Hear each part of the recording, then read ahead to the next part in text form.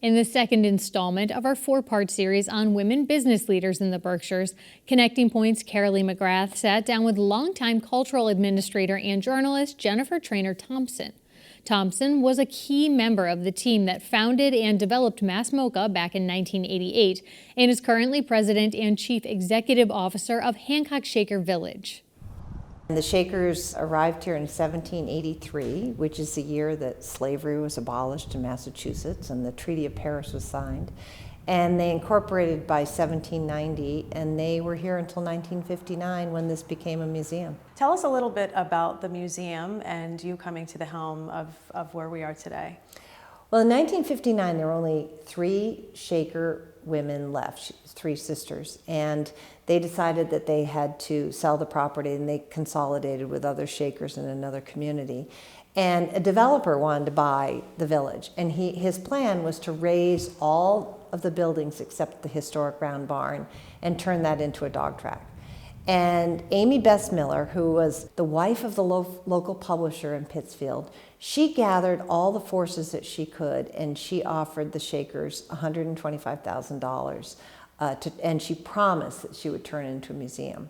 So when you think of that, in 1960, a woman who just had the guts to start this museum and to really save this precious part of our heritage, not only in Massachusetts, but I think in the United States as well. You know, it is an authentic Shaker village that's one of the most comprehensively interpreted sites that exists today.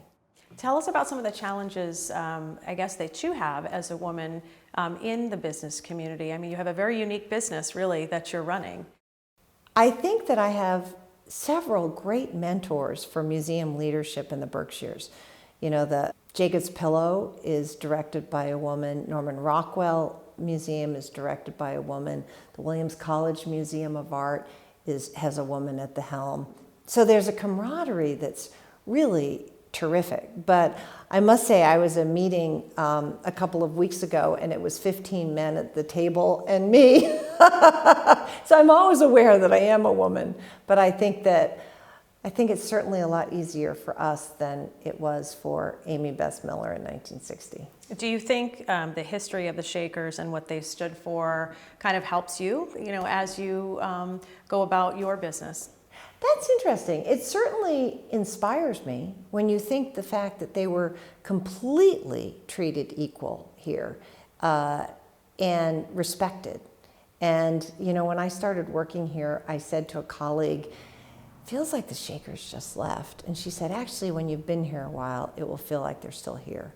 And it does. And yeah, maybe that's sort of a spirit on my shoulder that's offering guidance. And if we are to look back at your career, tell us a little bit about your role at MassMoCA. I started working at MassMoCA in 1988. And I think that, when I was a kid, my father always had his own business. And I remember in 7th grade that my parents said to me, we don't have much money. You have $50 to buy your school clothes for the year. And we would recommend that you take a sewing class at the Singer Sewing Machine Center in Raynham, Mass, because you'll get a lot more for your money. So my parents always promoted mindful risk, and certainly MassMoCA was a putt to the moon, and there are many, many points along the way where it could have failed. But I met Tom Krenz at a cocktail party in 1986, and he had this harebrained idea to turn the former Sprague Electric Factory into a contemporary art museum. And I wrote about it for the New York Times because I'm also a journalist in a past life. And I worked there. I ended up working there for 28 years, and it definitely was a putt to the moon, but it taught me a lot about risk. It taught me a lot about tenacity. It taught me a lot about community. And Hancock Shaker Village is just such an extraordinary place that it's inspiring to be able to try to take it into the next generation. How do you encourage other women, maybe who don't want to go into this line of work, but another sort of business enterprise, that it's worth taking the risk? I mean, because there's a lot at stake, right? But how do you encourage them to go for it? I talk about I mean, if people ask me, I talk about my life. You know, when I got out of college, all my friends were going to law school and they were going to business school, and I hopped on a sailboat and spent 6 months delivering boats from Maine to the Virgin Islands. And so I think you have to follow your heart. I tell them that.